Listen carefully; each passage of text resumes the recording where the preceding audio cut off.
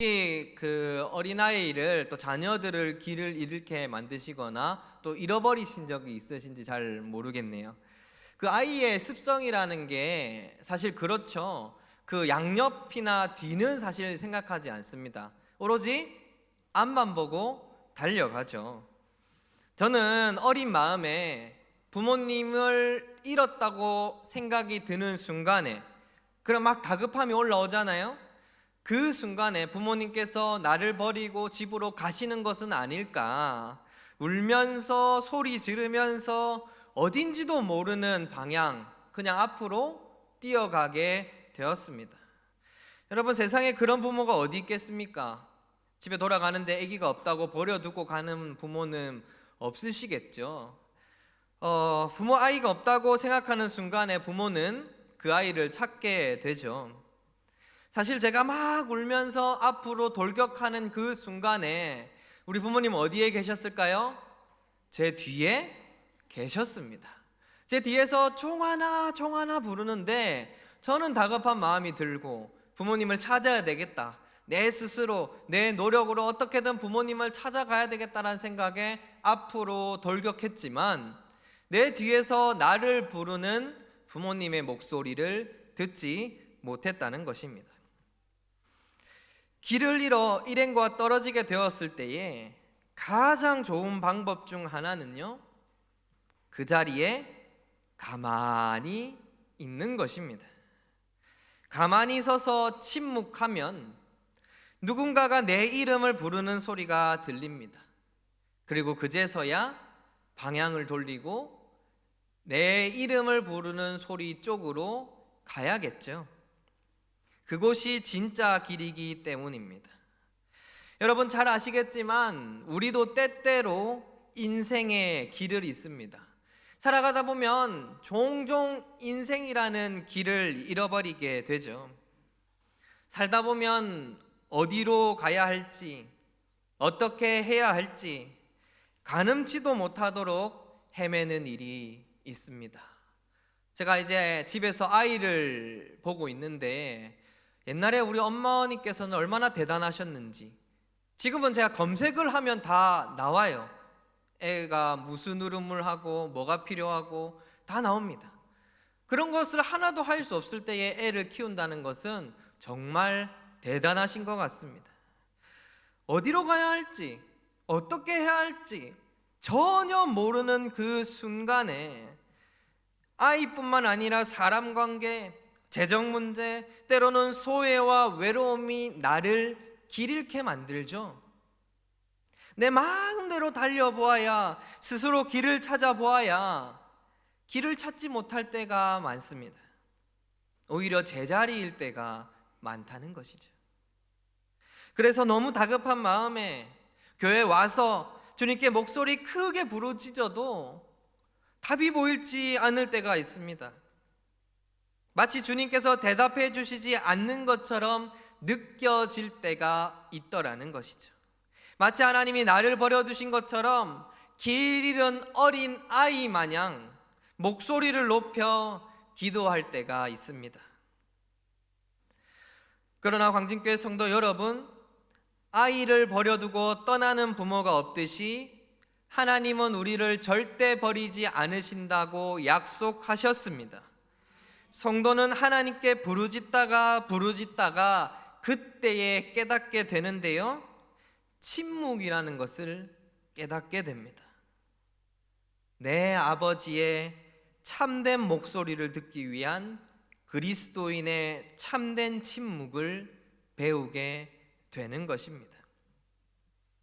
오늘 말씀 속에서 길 잃은 우리 인생의 참된 해답이 주님에게 있다는 것을 깨닫는 시간 되시기 간절히 소망합니다.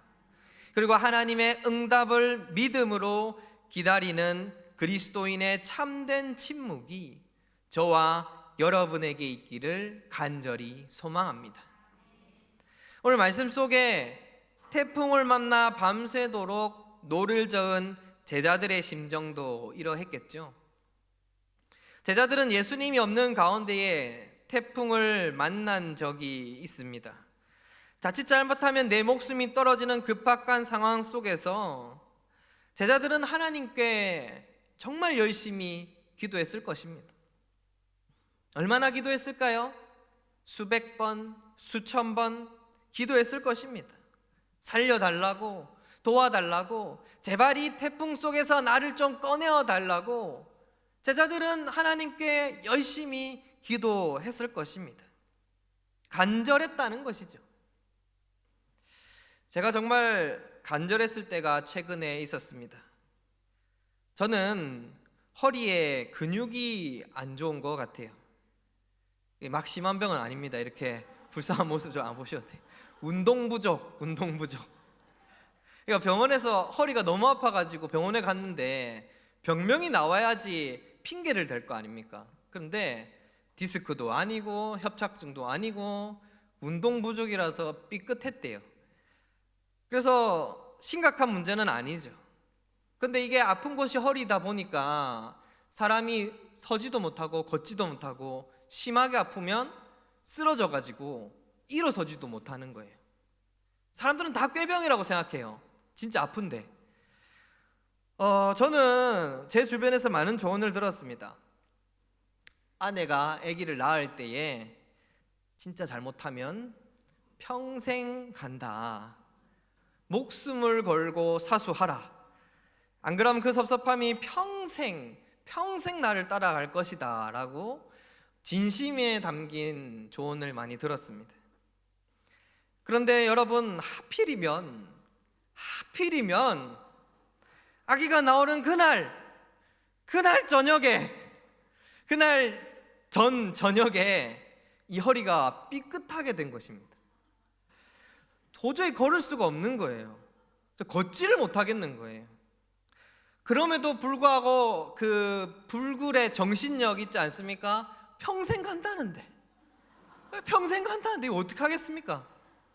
이를 꽉 깨물고 조리원에 들어갈 준비도 해야 되고, 이 짐이 많지 않습니까? 짐도 캐리어에 큰 게 있고 뭐 제 짐도 있고 그 무거운 거를 다 들고 차에 싣고 병원에 올리고 아픈 허리를 가지고도 다 했습니다. 허리가 부러질 것 같은데 애가 나올 때 애 확인하고 동영상 찍고 장모님 장인어른한테 보내주고 연락하고 다 했습니다. 그리고 마지막에 아내가 나왔습니다. 아내가 이제 그 병상에 실려서 나왔죠. 제가 이제 그 병상을 밀고 그 입원할 수 있는 그 방까지만 가면 되는 것이었습니다. 너무 많이 이 일을 하니까 도저히 이 허리가 버틸 수가 없는 거예요. 조금만 버티면 되는데 이를 악물고 눈물이 막 찔끔찔끔 나오는데 진짜 이 평생 간다는 말 때문에 제가 그걸 밀고 끝까지 가게 되었습니다. 저 멀리서 간호사가 오는 거예요. 간호사들이 우르르 달려오는 거예요. 왜냐하면은 이제 그 어머니가 오시니까 간호사들도 함께 도와주려고 우르르 오시는 거죠. 저는 그 간호사를 발견하자마자 되었다. 내 할 일은 다 했다. 다 이루었다. 그 예수님 말씀 다 생각하면서 다 이루었다 이렇게 생각하고 간호사분한테 아내의 병상을 넘겨주자마자 쓰러졌습니다. 고꾸라졌어요. 사람이 완전 바닥에 철푸덩 엎드려졌습니다. 그런데 어떤 일이 일어나는 줄 아십니까? 아무도 나를 안 도와주는 거예요. 아파 죽겠는데 사람이 쓰러졌어요. 사람이 쓰러졌는데 간호사들은 아내만 데리고 병상에 가버리는 거예요. 나는 혼자 바닥에 쓰러져 있고 너무 섭섭한 겁니다. 너무 섭섭한 거예요. 간호사분들이 아내만 봐주고 병상에 쏙 들어가 보니까 너무 섭섭한 겁니다. 나중에 알고 보니까요, 간호사들이 이렇게 얘기하더라고요. 어머, 아버님 감동해서 쓰러지는 줄 알았어요. 그런 아빠들이 종종 있답니다. 너무 감동해가지고 막 쓰러지는 사람이 있대요. 저는 아파가지고 고꾸라져가지고 좀 도와달라고 막 좀 도와주세요라고 얘기하려고 했는데 그 말도 못하고 막 낑낑대고 있는데 그냥 가버리는 그 섭섭함. 나중에 이제 병실에 같이 있을 때 오면은 이제 아내를 먼저 챙겨야 되는데 간호사분들이 너무 미안하니까 오자마자 아버님 괜찮으세요? 라고 어머님보다 아버님 괜찮으세요? 이렇게 저를 챙기시더라고요. 아무튼 이 3일 동안에 제가 얼마나 간절했겠습니까? 허리가 좀 제대로 동작을 해서 아내도 도와주고 좀 잘했으면 좋겠는데 이게 하필 전날 밤에 삐끗하는 바람에 정말 간절하게 하나님, 제가 이것만 할 수 있게 해주세요. 이것만 할 수 있게 해주세요. 너무 간절하게 하나님을 찾았던 시간이었던 것 같습니다. 여러분, 제자들이 풍랑을 만났을 때도 간절하지 않았을까요? 그리고 기도하지 않았을까요? 아무런 조치도 취하지 않았을까요? 아마도 그들 나름대로 모든 수단과 방법을 동원해서 이 풍랑을 벗어날 수 있는 길을 모색했을 것입니다. 그러나 그들은 아쉽게도 사경에 이르도록 태풍에서 벗어나지 못하였습니다. 그때 그렇게 간절하게 구했던 구원자가 물 위를 걸어서 찾아오시죠. 그렇게 원하고 갈망했던 예수님께서 오셨습니다. 태풍을 만나기 전에 물고기 2마리와 보리떡 5개로 5,000명을 먹이신 그 기적의 남자, 그 예수님께서 물 위를 걸어서 제자들에게 오시는 거예요. 얼마나 반가운 일입니까? 예수님이 오셨다고, 구원자가 우리에게 오셨다고 소리치면서 반겨야만 했죠. 그런데 제자들은 하나같이 소리쳤습니다. 오늘 말씀에 뭐라고 얘기했습니까? 유령이다, 귀신이다고 얘기한 겁니다. 그토록 바라고 원하던 제자들의 눈에 예수님은 귀신이었습니다. 분주한 그들의 마음속에는 나를 구원하러 오시는 예수님이 마치 유령처럼, 귀신처럼 보였다는 것입니다. 광진교회 성도 여러분, 우리의 마음이 분주하면 하나님의 음성을 듣지 못합니다. 하나님은 우리를 반드시 버리지 않으시겠다고, 우리에게 반드시 축복하시겠다고 성경 곳곳에 우리에게 일러주셨는데, 하나님이 말씀하시지 않은 게 아니라, 하나님이 이야기하시지 않은 게 아니라 우리 마음이 분주해서 그 하나님의 말씀을 볼 수가 없었다는 것입니다. 우리의 상황은 수시로 바뀌죠. 여러분, 제자들이 배에 올라타기 전에 어떤 일이 있었냐면, 보리떡 5개와 물고기 2마리로 5,000명을 먹이는 사건이 있었습니다. 그 배에 타기 전에 제자들은 얼마나 승리의 도취에 있었을까요? 하나님의 응답하심이, 예수님이 기도 한마디에 5,000명이 먹을 수 있는 놀라운 기적이 우리 예수님에게 일어났다고 얼마나 승리의 도취에 있었을까요? 그러나 예수님께서는 곧바로 제자들을 배에다 태우시죠. 22절 말씀 보시면, 예수께서 즉시 제자들을 재촉하사 자기가 무리를 보내는 동안에 배를 타고 앞서 건너편에 가게 하시고, 예수님께서는 승리에 만취하여 도취하여 있는 제자들을 놔두지 않으시고 풍랑 가운데로 내모셨습니다. 여러분, 우리의 인생도 사실 그렇습니다. 신앙이 뜨거운 적이 있다면 분명히 우리가 힘들고 어려운 풍랑을 만날 때가 있죠. 물고기 2마리와 보리떡 5개로 우리가 평생을 먹을 수 있을 것 같은 은혜를 받는 반면에, 또 풍랑을 만나서 하나님을 원망하고 하나님께 따지고 하나님 앞에 눈물 흘릴 때가 있더라는 것입니다. 그러나 여러분, 그리스도인의 참된 침묵은 하나님의 음성을 듣기 위함임을 믿음으로 고백하시기를 간절히 소망합니다. 우리가 침묵할 때에 아무것도 좋지 않은 것이 아니라, 아무 말도 하는 것이 아니라, 패배를 선언하는 것이 아니라 하나님이 말씀하시는 이야기를 잠잠히 듣고 그 방향으로 나아가야 한다는 것입니다. 여러분, 무서워서 소리 지르는 제자들 속에서 유일하게 예수님의 목소리를 들은 사람이 있습니다. 누구입니까? 베드로입니다. 나니 두려워하지 말라. 두려워하지 말라. 그 즉시 베드로가 예수님께 부탁합니다. 나를 물 위로 걷게 하소서. 여러분, 베드로가 배에서 뛰어내릴 수 있었던 것은 베드로 스스로 대단한 능력이 있었기 때문이 아닙니다.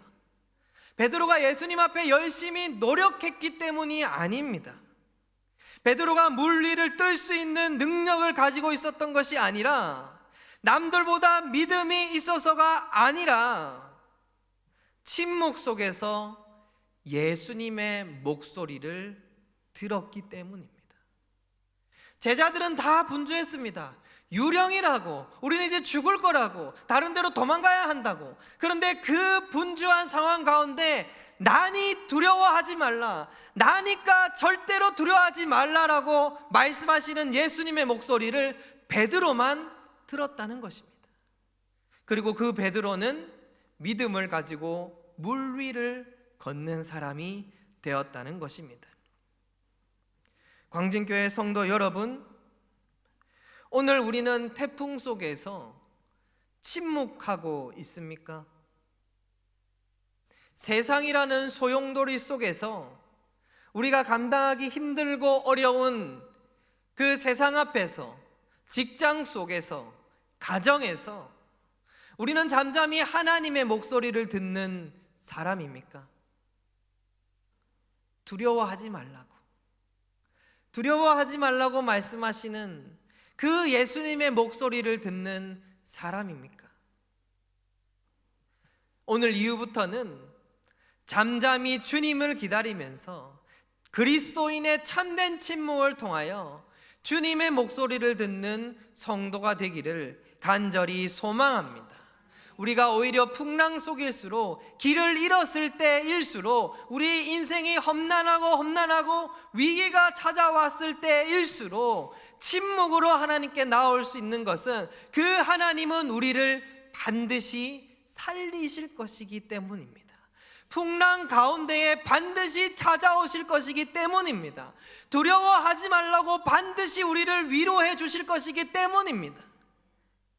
그것을 아는 사람들은 잠잠히 하나님을 기다리고, 하나님이 내 인생을 역전하시도록, 하나님은 내 인생을 변화시키시도록 고백하는 성도가 된다는 것입니다. 오늘 하나님의 말씀을 듣는 모든 성도들은 베드로의 태풍, 풍랑이라는 고난 속에 길 잃은 가운데 가만히 침묵하고 아버지의 목소리를 들은 것처럼